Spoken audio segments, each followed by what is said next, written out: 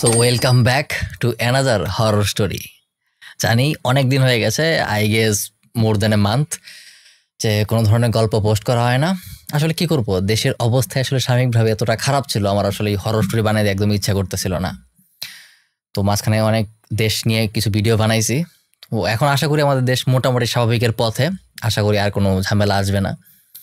And I am back with my regular horror stories. অনেকগুলো গল্প জমে আছে, অনেকেই অনেক ধরনের গল্প সাবমিট করছেন ইনস্টাগ্রামে, ইমেইলে। তো আমি ইমেইলেরগুলো আগে কভার করি। ইমেলগুলো আমার কাছে একটু বেশি প্রায়োরিটি দেয় আমি সবসময়, যে কেউ ইনস্টাগ্রামে পাঠাইলো আর কেউ ইমেইলে পাঠাইলো, তো ইমেলগুলো আমি বেশি প্রায়োরিটি দিই আগে। ইমেলগুলো শেষ হলে তারপর ইনস্টাগ্রামে সুইচ করি। তো আজকের যে গল্পটা, এই গল্পটা পাঠাইছে আমাকে একদম ছোট্ট বন্ধু, একটা ছোট্ট বন্ধু পাঠাইছে যার নাম বুশরাত, ঠিক আছে? সেই মেলে খুব সুন্দর করে গুছায়া একদম বড় বাংলায় লিখে পাঠাইছে। তো আমি কাইন্ড অফ অবাক হয়ে গেছি যে একটা ছোট্ট বন্ধু এরকমভাবে পাঠাবে। কেন ছোট্ট বন্ধু বলতেছি এটা একটু পরে বুঝতে পারবেন। তো আচ্ছা, এক্সট্রা কথা না বলে আমি সরাসরি ঘটনাটা শুরু করি।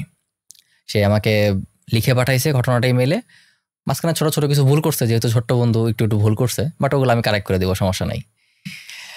তো সে যেভাবে লিখছে আমি সেভাবেই আপনাদেরকে ঘটনাটা শোনাচ্ছি, ঠিক আছে? স্যার, আমার অনেক দিনের ইচ্ছা ছিল গল্পটা শেয়ার করার, বাট হয়নি। এখন বলছি, পারলে প্লিজ প্লিজ প্লিজ আমার গল্পটা শেয়ার করবেন। আমার নাম বুশরাত, আমি ক্লাস 7-এ পড়ি। বুঝতে পারছেন? ঠিক এই কারণে আমি বলেছিলাম যে একটা ছোট্ট বন্ধু আমার সাথে ঘটনা শেয়ার করেছে। বুশরাত মাত্র ক্লাস 7-এ পড়ে। ঘটনাটা যখন ঘটে তখন সে ক্লাস 2-তে পড়তো। তো এটা তার অনেক আগের এক্সপিরিয়েন্স বলাটা বেটার হবে, কারণ আমি যে ঘটনাটা পড়েছি এটা ঘটনা কম এক্সপিরিয়েন্সই বেশি মনে হয়েছে আমার কাছে। যাই হোক, যেভাবে লেখা আছে সেভাবে পড়তে থাকি। তো ঘটনাটা শুরু করি। আমি তখন ক্লাস 2-তে পড়ি। সামনেই সালেহা স্কুলে অ্যাডমিশন পরীক্ষা ছিল, আমি তার প্রস্তুতি নিচ্ছিলাম। তো আমরা একটা ভাড়া বাসায় থাকতাম, আর পাশাপাশি আমরা একটা জায়গাও কিনেছিলাম নিজেদের বাসার জন্য। আমরা যে জায়গায় থাকতাম সেটা ছিল 4 তলা, আর আমরা 4 তলাতেই থাকতাম। তো একদিন আনুমানিক 11টার দিকে আমার আম্মু আমাকে বলে যে বুশরা মামুনি, তুমি পড়াশোনা করো, আমি একটু বাড়িটা যে হচ্ছে সেটা দেখে আসি। আসলে এখানে বুশরাদের যে জায়গাটা কিনেছিল সেখানে তারা নিজেদের জন্য বাড়ি বানাচ্ছিল, ওটা আন্ডার কনস্ট্রাকশন ছিল। হয়তো ওখানেই তার মা দুপুরের দিকে বাড়িটা দেখতে যাচ্ছিল, আর বুশরাকে বলেছিল সে যেন তার নিজের রুমে বসে পড়াশোনা করে। তো এটা বলে আমার আম্মু আমাকে দরজার বাইরে থেকে তালা দিয়ে চলে যায়। তারপর আমি ডাইনিং টেবিলে পড়তে বসে জানালাটা খুলে দেই।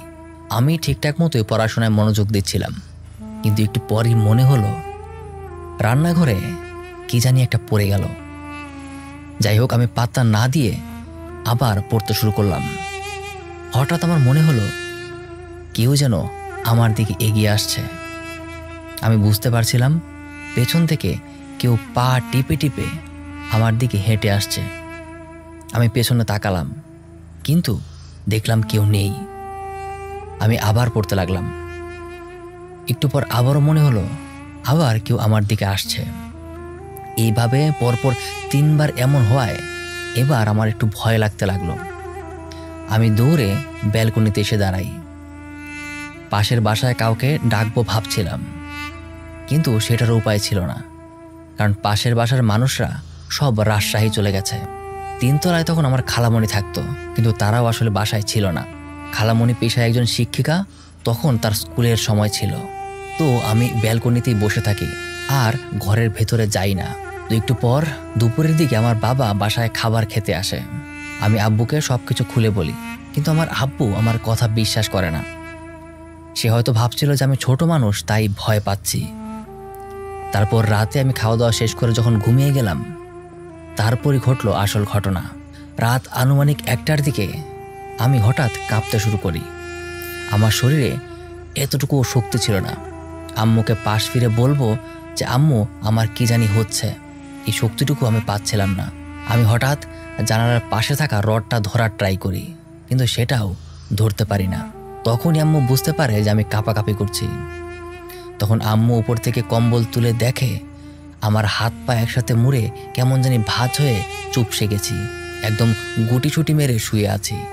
আর আমার চোখ দুটো একদম উল্টে গেছে, চোখের মনি সম্পূর্ণ দেখা যাচ্ছিল না, আমার নাকি সম্পূর্ণ চোখ সাদা হয়ে গিয়েছিল। এটা বেশ স্ক্যারি, এটা আসলে স্ক্যারি একটা জিনিস। এটা দেখে আম্মুর সাথে সাথে চিৎকার দেয়, আব্বুরও ঘুম ভেঙে যায়। আব্বু আম্মু দুজনেই আমাকে দেখে তারা চিৎকার করতে শুরু করে। তাদের চিৎকার শুনে আশপাশ থেকে বাসার নিচে কিছু মানুষও জড়ো হয়ে যায়। আব্বু তখন সাথে সাথে আমাকে নিয়ে ওয়াশরুমে চলে যায় আর মাথায় পানি ঢালতে শুরু করে। কিছুক্ষণ পর 3 তলা থেকে আমার খালামণিদের পরিবারও আমাদের বাসায় আসে। তারাও আমাকে কয়েক দফা বাথরুমে নিয়ে মাথায় পানি ঢালে, কিন্তু কিছুতেই আসলে কিছু হচ্ছিল না।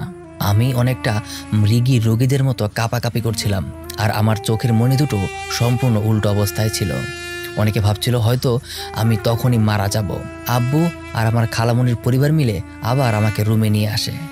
তারপর আস্তে আস্তে আমার কাঁপাকাঁপি কিছুটা কমে যায়। তখনই আব্বু জানায় যে দুপুরবেলা ও বলেছিল যে সে কিছু একটা দেখে ভয় পেয়েছে। এটা জানতে পেরে আমার আন্টি তখন আম্মুকে একটা বড় কবিরাজের কথা বলে। সকাল হতেই আমার আম্মু সেই কবিরাজের সন্ধানে যায়। কবিরাজকে বাসায় নিয়ে আসে। কবিরাজ আমাকে দেখে বলে যে আমার উপর একটা জিনের নজর পড়েছে, আর এটা বেশ শক্তিশালী একটা জিন। কবিরাজ আমাকে একটা পানি পড়া দেয় আর একটা তাবিজ বানিয়ে দেয়। বলে যে এই তাবিজটা 3 রাস্তার মাঝখানে দাঁড়িয়ে যেন আমার গলায় পরিয়ে দেওয়া হয়। আমার আম্মু কবিরাজের কথা মতো সেটাই করে। তারপর আমার সাথে আর তেমন কিছু হয়নি। এখন অবধি আমি মোটামুটি ভালোই আছি, যদিও মাঝে মাঝে এখনও আমার একটু ভয় লাগে, তবে এটা বেশ স্বাভাবিক। আমার জন্য দোয়া করবেন, আর অবশ্যই আমার গল্পটা শেয়ার করার অনুরোধ রইল। তো বুশরাত, ধন্যবাদ ঘটনাটা শেয়ার করার জন্য। মাঝখানে ছোটো ছোটো কিছু ভুল ছিল, আমি ওগুলো কারেক্ট করে দিয়েছি। আর হ্যাঁ, তো আপনারা যদি কোনো ঘটনা থেকে থাকে, কোনো এক্সপিরিয়েন্স থেকে থাকে যেটা হরর অথবা কোনো আসলে লজিক নেই, কোনো একটা মিস্টিরিয়াস কোনো ঘটনা, সেটা আমার সাথে শেয়ার করতে পারেন আমার ইমেল অ্যাড্রেসে। আমার ইমেল অ্যাড্রেস storymaruf@gmail.com, অথবা ইনস্টাগ্রামে আমার সাথে যোগাযোগ করতে পারেন আমার ইনস্টাগ্রাম @marufhayat। ঠিক আছে, তো খুব দ্রুতই আরও কিছু ইমেইলের ঘটনা নিয়ে, আরও কিছু ইনস্টাগ্রামের ঘটনা নিয়ে আবার ব্যাক করব। ততদিন পর্যন্ত আল্লাহ হাফেজ।